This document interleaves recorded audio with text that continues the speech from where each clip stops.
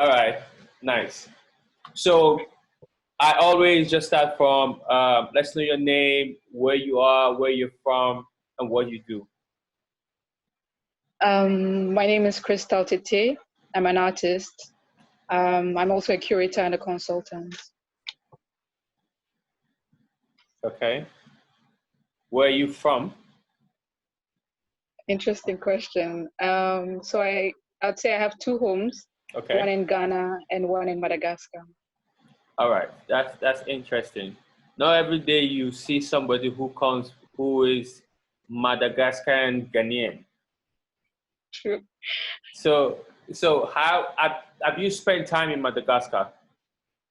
Yes, in 2012 I moved to Madagascar and I lived there for three years. Were you born in Ghana? I was born in Russia. Huh. The plot Okay. thickens. So born in Russia, from Ghana and Madagascar. Yeah. So I think because of this Russian move, I think my next question would be, did you live in any other country during your formative years? Formative years, no, it would just be Russia and then Ghana. Russia and Ghana. Formative years. Okay, okay. Wow, interesting. Interesting. So when last did you visit Russia? Oh wow, I haven't been there since we left Russia when I was 5, 6, and I haven't been back ever since. Yeah. Yeah, so they say a child's information, like the foundation information, is between 0 to 7, 12, right? So, Right. do you think that there are certain things from your childhood when you were 0 to 5 from Russia that still influence you to date? Oh wow. Um, Definitely. And those closest to me have been best at pointing it out. I guess the fact that I was very early exposed to different cultures. Yeah. I mean, clearly, as a person of color in Russia, we're different. Even if it's subliminal, even if I don't have a conscious memory of it, Memory of it, yeah. it must be embedded. Yeah, and so I think that has perhaps contributed to a greater tolerance on my part of diversity in all its forms, whether it's race, religion. I mean, constructs that I don't really like to refer to, but exist. So I'm very conscious of these differences, and I think a lot more tolerant. Okay. So you were 5, then you guys moved to Ghana, Yeah, right? At yeah. what point do you think you realized you had changed country? Did it just hit you immediately you were in Ghana? Did you now just grow to understand that, okay, we are no longer going to where I grew up. This is home now. Like, at what point did you start accepting Ghana as home? Hmm. My home, for most of my childhood, we spoke Russian, and Oh, wow. to a large Okay. extent, we still do. Yeah. To a large extent, we still do when we have guests and we need to pass on some personal information amongst family members. So in that regard, it was definitely a different home. My mom was also a French teacher. Um, she's also Malagasy, so I mean, we knew we were home, but I think I always got the impression that it was one of many homes or one of two homes to be specific, which is one of the reasons why I moved to Madagascar in 2012, because I'd always felt like I had another home that I hadn't been in much contact with, that I needed to connect with. Yeah. So I just, moved, and then, on a journey of self-discovery, if you will. Wow. Okay, so I think we've known each other for a while now. And I feel like this few minutes of conversation, it's like I'm getting to understand you better. I actually know you better, right? Right. Because it's interesting because the body is memory. You know, the body is like they just storing data. Wow. So it means that between you, your mom, and your siblings, you guys still speak Russian. Yes, although I have to admit, since we don't practice with Russian speakers, I mean, it Yes. stays within our circle. Yeah. My vocabulary is still limited. It's probably vocabulary of like a 5, 6 year old because Yeah. it's still Yeah. based on, Yeah. yeah. So in that regard, English has taken. It's so funny. Russian was my first language. Yeah. French, English second, French third, and now English is my first. I mean, in terms of proficiency, and then French second, and Russian somewhere lost because there's Gantry in between. Yeah. So how many languages do you speak? Gantry, English, Pidgin. Pidgin is a language, right? Yes, 100%. Yeah. So French, Russian, I'd say six. Six. 6 or 5, 6. Yeah. Wow. So I know you're a mother. Yeah. You know, though we'll get into the art. Now we are getting to know the person. Sure. I know you're a mother. Yeah. When do you make a decision to say, okay, these are the languages I want to transfer to her? Very, very good question, Amon. And it took a lot of soul searching. Because I'm choosing my words carefully, but I've always had a problem with the bullying generally of the global north. Yeah. And I mean, I'm sure it's the universe's plan that I had a child with someone from the global south. Sometimes I think it was to soften my harshness in terms of personal principles and philosophy. Yeah. Towards so that I would be the one to have to teach her French, for example, was problematic for me. But I was also conscious of the fact that it's a part of who she is. Yeah. She's part French and Ghanaian and Malagasy as well. So yeah, in that way, I'm teaching her English, teaching her French. I should be teaching her Gantry, but I'm guessing because we live in Ghana, it's going to come She'll pick it up. automatically. It was the same with me. Yeah. Okay. So do you consider yourself Russian? Never. Never. Yeah? No. Okay. Not in any way. Because you know some people would easily just because they say where you're born, you're from, right? Yeah. But knowing you and knowing your politics, it's not it's easy to know that you say no, right? Yeah. Because Yeah. I know you as someone who really, really carries our politics, you know, on our shoulders. So you're very, very strong with letting people know that this is my identity. This is my foundation identity from Madagascar and from Ghana. And every other thing is my journey. So now I want to know, like, at what point, because now you just said all of this, I kind of understand why you move a lot, right? Because you move, you're constantly moving. But did you have to make this decision at any point? The decision of, I am going to keep moving. I am always going to move. Well, you ask the most profound questions. Seriously. And I really, knowing you and how you think, how critically you analyze situations, I had prepared myself with like a whole list of possible questions, but so far you've thrown me off completely, but that's super. I don't think consciously I ever did, but again, it must have been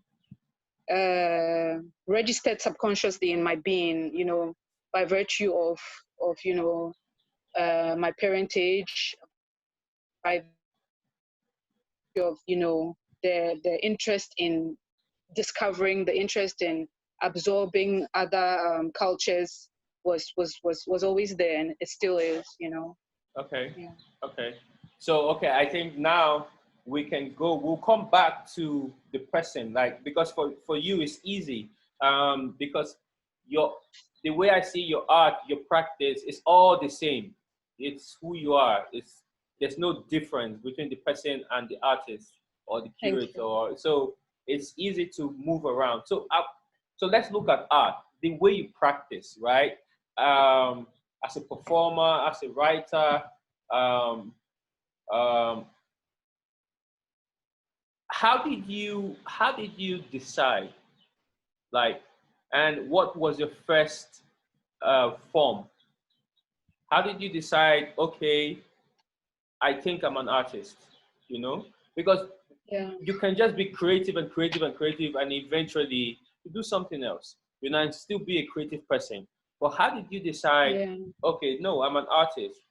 And what was your first form? Wow. I mean, anybody who remembers me from primary school will say that I was very quiet, very introverted. I still am, but Yeah. I think I'm a much better in a much better place now. I mean, I'm having a conversation that's So going for starters. But so I was always by myself. I had very few friends. I could stay a whole day without talking, during which time I'd be sketching. So I think the first form was visual art, as in drawings. And then in high school, um, I had an amazing literature teacher, and then I started, getting into poetry. So second would be poetry, and music was always in the house. My mom plays the guitar. I'm sure Okay. you know. Yeah, we Yes, yes, perform on stage yes. many times. So we would sing. So I think music may have been there. Maybe we could say dormant. And then I actively pursued it in my 20s. So visual arts, poetry, then music, and then the rest came after. Okay. All right. So I just wrote something as you're talking. Your decisions are very thoughtful. How did you discover your politics? And what is your core? What is the core of your politics? Wow, how did I discover my politics? Yeah.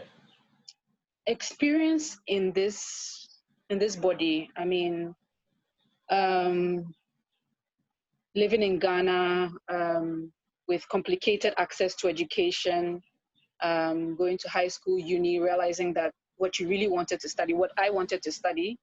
I mean, I wanted to pursue, for example, visual arts in high school.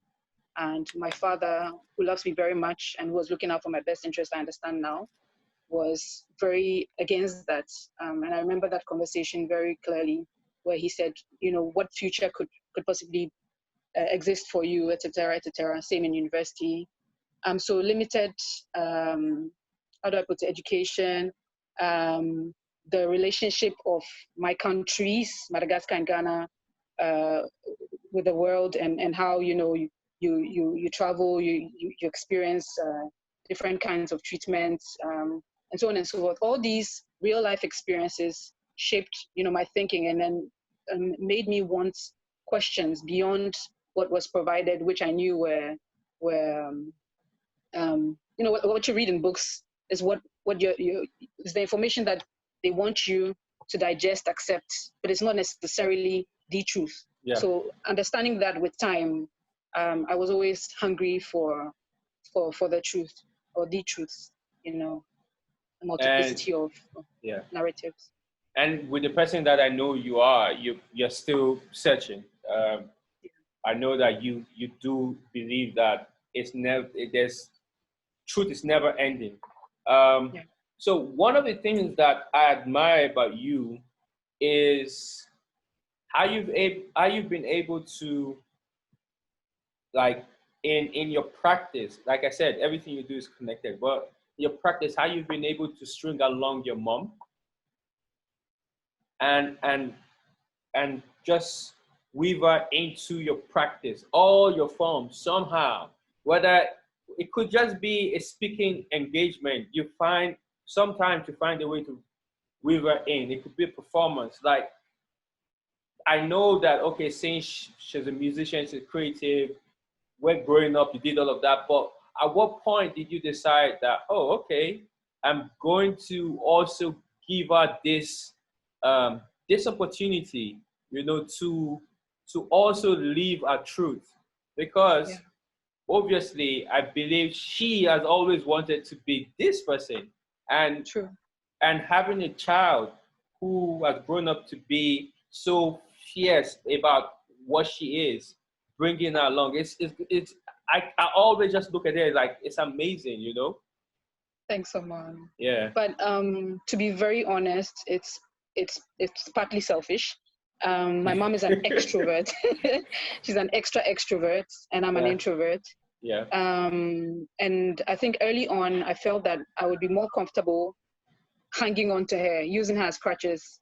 So on stage, you know, knowing how she's comfortable in public, you know, sharing, she's very open, very jovial. You know, that's always gave me the urge to come out a little stronger, be a little more open with my emotions and my talents. So you know, it was a give and take. You know, I know it also gives her fulfillment, like you said, to realize what was, you know, existing within her innermost. But it also helped me, and I was very protected. She was protective of me. Ghanaians call it Mama Ba. She would follow me to parties.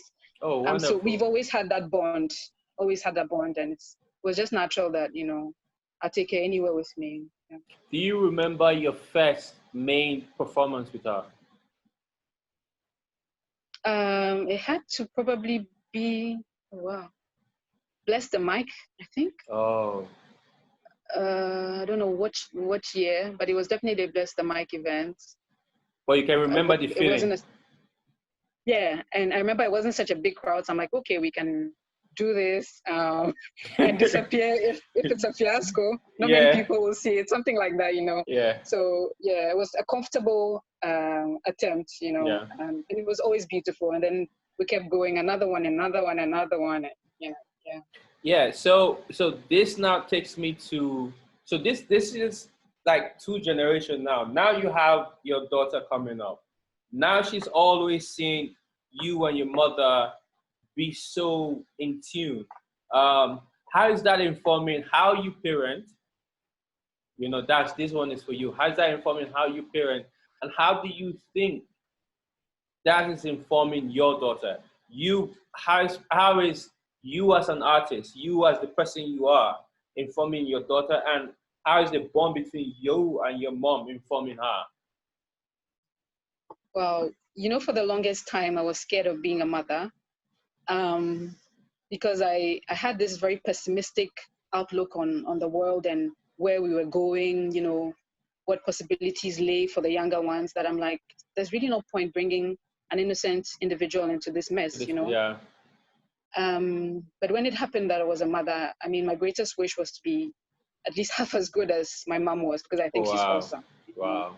And I think I probably underestimate myself sometimes, because being that I was raised by someone as amazing as her, it must have rubbed off on me somehow. Definitely. Definitely.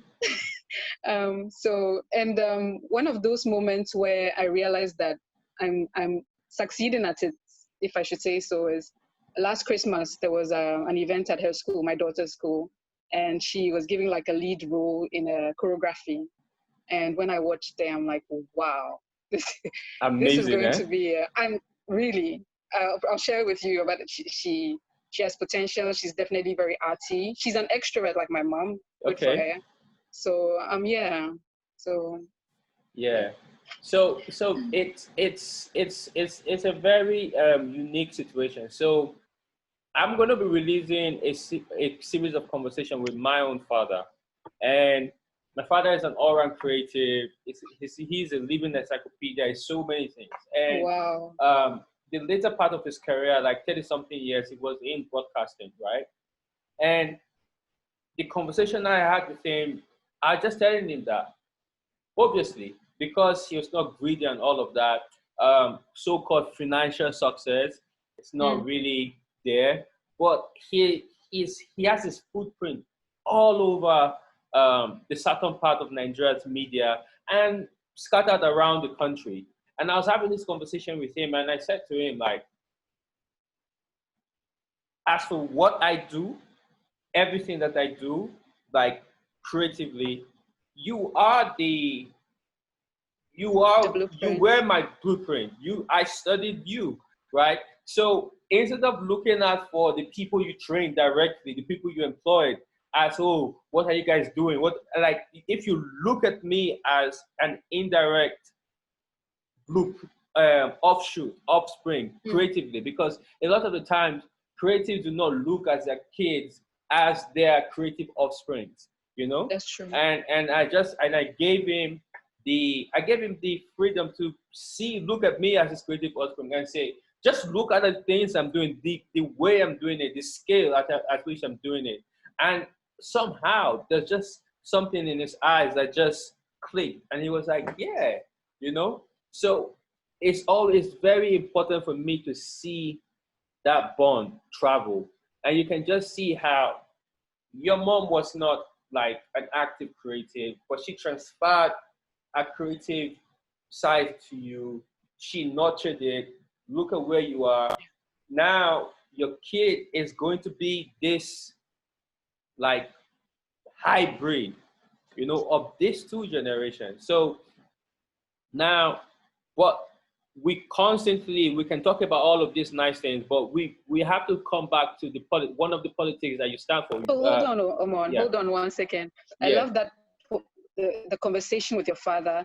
yes, I love moments in our lives, usually in adulthood, where we finally see eye to eye with our parents, yes, and then we can have like an honest conversation, devoid of the differences by age or whatever, all of those. yeah, And then it's like looking in the mirror. I love that moment, yes, in life. Yeah. yeah. So when I release it, I'm going to send it to you so you understand. I had to go through my father long time ago, because I knew already what I wanted to be, you know, and I knew that I was going to fight obstacles. But if I could go through this one obstacle, who was my father, you know, no other obstacle would matter, you know. So my father and myself, we are like really, really cool, you know, really, really cool. And the series is actually to demystify this idea of, oh, African parents, Nigerian parents are too this or too that. Like, at the end of the days, we are humans, right? And it's really about understanding. Their generation came from coups, independence. It was a battle. So everything was a battle. So that's where they're coming from. So it's very intense. We are the privileged ones. We did not see the fight for independence. We did not see colonization. We did not see all of that, you know. So it's a different Except way. Corona. Well, yeah. Our So first pepper soup. yeah, yeah. It's crazy. It's crazy. So one of the things that I know you are um, very strong about is um, how women navigate in society, whether be Mm, it feminist, whether be it not. You are just generally constantly fighting for an improvement yeah. for women. So, hmm, so far, how would you say the battle has been? In Ghana or internationally? Ghana. In Ghana, I think we have come a really, really long way. I have to admit. Um, hmm. But this is interesting. In the arts, for example, and I think sometimes I probably get shot for some of this, but I think sometimes the way one carries oneself um, sort of sends out a bold statement immediately and limits the amount of BS that comes your way. For example, in the arts, there's been minimal sexism that I've experienced personally. I Okay. know it exists, it's out there, but I guess I send a body language, I send how do I put it? A I, work I, can- ethic, etc. So I can loud. put it. I can put it like I will fuck you up if you try me. That's it. True. Exactly. So, I mean, there are very few people. I mean, I've had interviews where they've asked, how is it being a male dominated world, that type of thing, but very few who would come at me that way, I guess because of the way I carry myself. That aside, there's so much to be done. You see I mean, once women are in public office in Ghana, the kind of comments that come out against women vis-a-vis the men who are in the same, field of Yeah. endeavor. Um, but then again, you have women like Nana Dakoa Sechiama, who nowadays are talking very openly about sex and, the sexual liberation of women and men, for example. Such conversations we wouldn't have had No. 10, 15 years ago. So, Yeah. I think that we have a lot of work, but I think we've sincerely made a lot of progress. But Okay. then it's a horrible thing if we ever rest and say we're in an okay place. I think clearly we have to keep growing, keep working at it, and yeah, Do you believe in allyship? absolutely, absolutely. So who would you say is an ally? What type of ally are you looking for? In terms of In terms women's of rights, in or terms of women's rights, yes. I mean, I'm a firm believer in women and men as allies, Okay. because I mean, this isn't an original idea, but having empowered women and not, how do I put it, preparing our men to live side by side with empowered women is going to be a problem, is an Yeah. issue. So then I always believe that having men as well as women in a concerted effort to try to effect change is always important. So, I mean, Nana Dakwa, I already mentioned, I totally love and admire. Then there's Sir Black, who who's a man, but who have always been side by side, at work, as a friend, as family, because I consider him family. So yeah. So I have many allies, and actually the road would have been very lonely without such like-minded people. Yeah. Okay. So this is something that interests me. What do you see in your future in 10 years? My future. Yeah. Wow. This episode with coronavirus is very interesting because it reminds me of school. Stop work, pens down, and Hmm. what have you done? You just have to put everything, step away from the table. Yeah. This is one of those moments. Yeah. Whichever projects you had have baked, still in the initial phases, whatever. We stop, go home, rest, till you can step out again. So I mean, it's made me think about all the things I took for granted, the Yeah. projects that were in waiting, and the bolder steps that I needed to take. For example, music. I feel Yeah. that I haven't done enough. And next 10 years, definitely exploring my Oh. musical side a lot Oh more. wow. Okay. Okay. That'd be amazing. That'd be amazing. Um, Next 10 years, I I I hope that we look back using Ghana now. Don't want to be too big with this. I hope that we look back and feel like we did something, to improve the country. I You hope know, so. yeah, that we create from. Um, because I feel like even though we individually are responsible to ourselves, we also have this communal responsibility to improve our immediate environment. But then, as people who are constantly moving, the next 10 years we might not be here physically. We might be somewhere else. But it would be important to also be connected with the growth of what Ghana is. For me, Ghana, Nigeria, it's always very important for me to look back and be like, oh, okay, what can I do? And this is the reason I even started this type of conversation, because I was like, how can I respond to Corona? The virus is moving, and Mm. we for those of us who can afford to be inside, you know, that's a privilege. So it's It like is. this is my response to the virus as it goes around, so that when we look back, we'll be like, oh, okay, we're all not trapped, you know, psychologically, because there are And a so many beautiful people. response. Yeah, yeah. There's so many people battling so many things. So I just want to ask you, like, how are you keeping sane, Mm. you know, in the midst Yeah. of all of this? Yeah, that one first. How are you keeping sane? I mean, I try to think about it on a philosophical level, that if you've lived long enough, you've definitely come face to face with adversity. It's not the first one. It's a different type, different magnitude, but we've seen drama in our lives before, that prepared us. And then a life that's spotless, that's without any stress. I know see some before, Nah, so at all. we just have to find just have to find a way to make the best of it.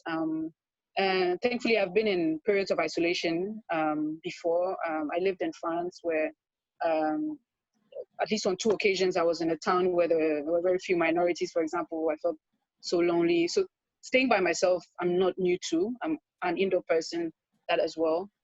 How I stay sane. I listen to a lot of music for meditation. I try to meditate, even if it just means staying in a room silent. Um, I mean, we don't go out of the home, obviously, but within my compound, I run around the house, which is funny. I used to do that in my 20s. And then I stopped because I had read somewhere that, you know, running on concrete was bad for your kneecaps. So then Mm, I moved into walking around, you know, in the neighborhood. And then I've gone back to this habit of running like 50 laps around the house. that's I'll nice. do it after this call, for example. Um, I'm blessed to have family. You know, I'm in my home with my parents, with my daughter, my niece, my sister. It's it's just it's amazing. And my daughter, just my daughter, she's such a light, she's such a joy that it's impossible to stay miserable. You know, so that Mm, brings me a lot of joy, a lot of positive energy. You know, I pray as well. Um, and I try to make it as ritualistic as possible, so that wherever I am, wherever I find myself, I feel like you, talking to the I am, I do it, and as often as possible, trying to understand. Sometimes not asking for anything, but just expressing where I am, and listening. Hopefully, I'll understand what's happening. Yeah. yeah. I think that I think this your last statement just captures how I would want to end this. Thanks. So I want to say thank you for saying Thank you. yes.